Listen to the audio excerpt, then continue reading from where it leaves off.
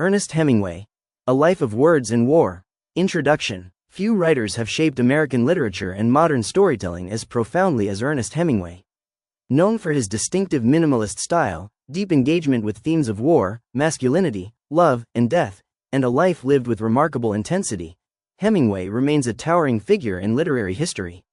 His life, often as dramatic as the characters in his novels, was filled with adventure, tragedy, and unrelenting pursuit of artistic truth. From his beginnings in Oak Park, Illinois, to the battlefields of Europe, the bullfighting arenas of Spain, and the waters of Cuba, Hemingway's life and work were inseparable. This essay will explore the arc of Hemingway's life, the evolution of his writing, his major works, personal demons, and his lasting legacy. Early life and influences. Ernest Miller Hemingway was born on July 21, 1899, in Oak Park, Illinois, a suburb of Chicago. His father, Clarence Edmonds Hemingway, was a physician, and his mother, Grace Hall Hemingway, was a musician. The Hemingway household was strict and religious, with an emphasis on discipline and self-reliance. From an early age, Ernest was exposed to both the refined world of arts and music and the rugged, natural world of outdoor activities. His father taught him hunting, fishing, and camping in the woods of northern Michigan, experiences that would later form the bedrock of his writing. Hemingway attended Oak Park and River Forest High School, where he excelled in English and was active in sports and the school newspaper. Upon graduation in 1917, rather than attending college, he took a job as a reporter for the Kansas City Star. Though he worked there for only a few months, the newspaper's style guide profoundly influenced his prose. The paper advocated short sentences, vigorous English, and using positive rather than negative constructions, hallmarks of Hemingway's writing style. World War I and the Lost Generation. In 1918, during World War I, Hemingway volunteered as an ambulance driver for the Red Cross in Italy. He was severely wounded by mortar fire and spent months recovering in a Milan hospital. There, he fell in love with a nurse, Agnes von Kurowski, an experience that inspired his 1929 novel A Farewell to Arms. His war experience left psychological scars and introduced him to the fragility of life, a theme he would revisit throughout his career. After returning to the U.S., Hemingway worked as a journalist but soon moved to Paris in the early 1920s with his first wife, Hadley Richardson. In Paris, he became a central figure in what Gertrude Stein famously called the Lost Generation, a group of disillusioned expatriates seeking meaning in the aftermath of war. He forged friendships with literary icons like F. Scott Fitzgerald, Ezra Pound, and James Joyce, all of whom influenced his development as a writer. Rise to literary fame. Hemingway's first significant publication was 3 Stories and 10 Poems, 1923, followed by In Our Time, 1925, a collection of short stories that introduced his crisp style and existential themes. His breakthrough came with The Sun Also Rises, 1926, a novel about a group of American and British expatriates who travel from Paris to Pamplona, Spain, to watch the bullfights. The novel captured the disillusionment of the post-war generation and introduced readers to Hemingway's masculine, stoic heroes. The Sun Also Rises established Hemingway as a literary sensation. His next major work, A Farewell to Arms, 1929, further solidified his reputation.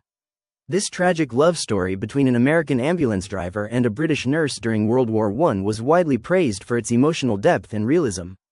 By the 1930s, Hemingway had become not only a successful writer but also a celebrity.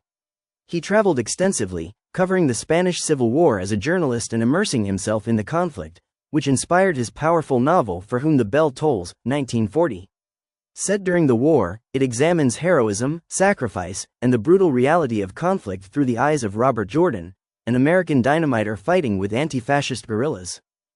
Style and themes. Hemingway's writing style was revolutionary. Influenced by his journalistic background, he employed a technique he referred to as the iceberg theory, or the theory of omission, only showing the surface of a story while implying deeper meaning beneath. He stripped prose of ornamentation, using short sentences and sparse dialogue. This minimalist approach gave his writing a raw and often emotionally restrained power.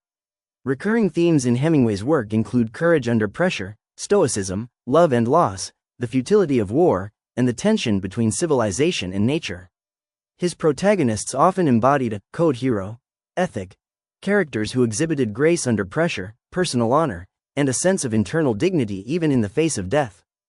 Personal life, adventure and turmoil. Hemingway's life mirrored his art in its adventurousness. He was an avid sportsman, hunter, fisherman, and bullfighting enthusiast. He lived in Paris, Key West, Havana, and eventually Ketchum, Idaho. He survived 2 plane crashes in Africa, hunted big game, deep-sea fished, and was famously injured in many of his escapades. His masculinity, often both celebrated and critiqued, was central to his public persona.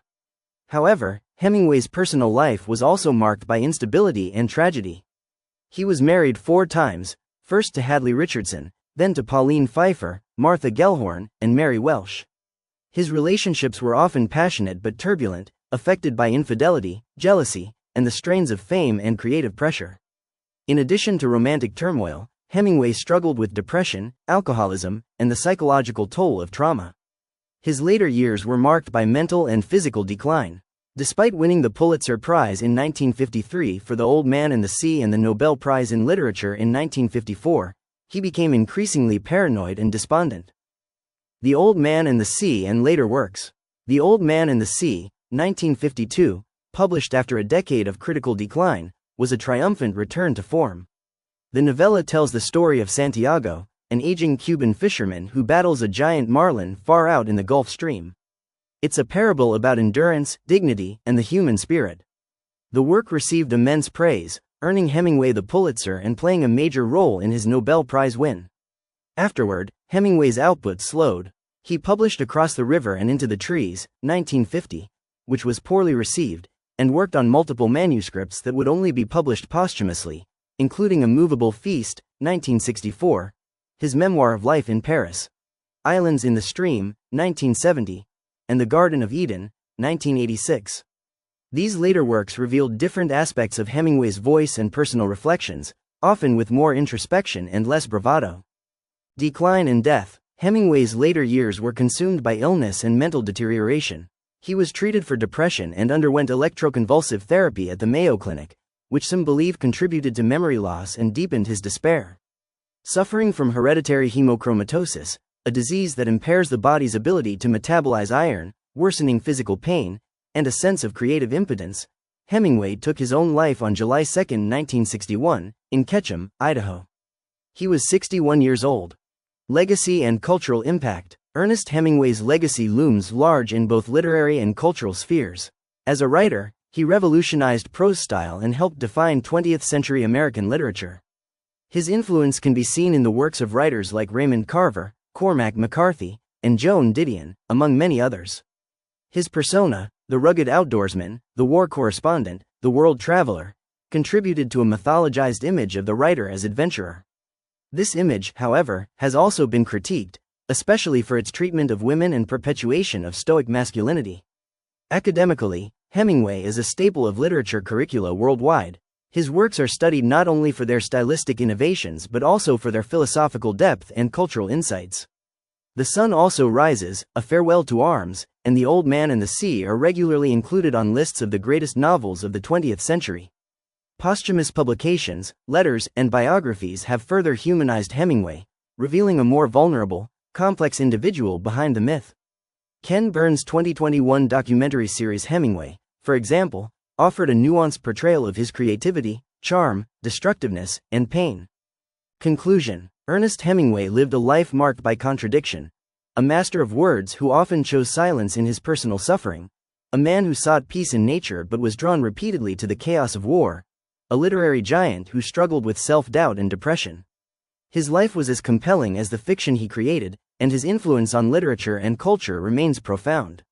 Hemingway's work endures not only because of its stylistic clarity and emotional resonance but also because it grapples with the essential human questions. How do we live with courage? What does it mean to love, to lose, to endure? Through his art, Hemingway offered his own stark but powerful answer.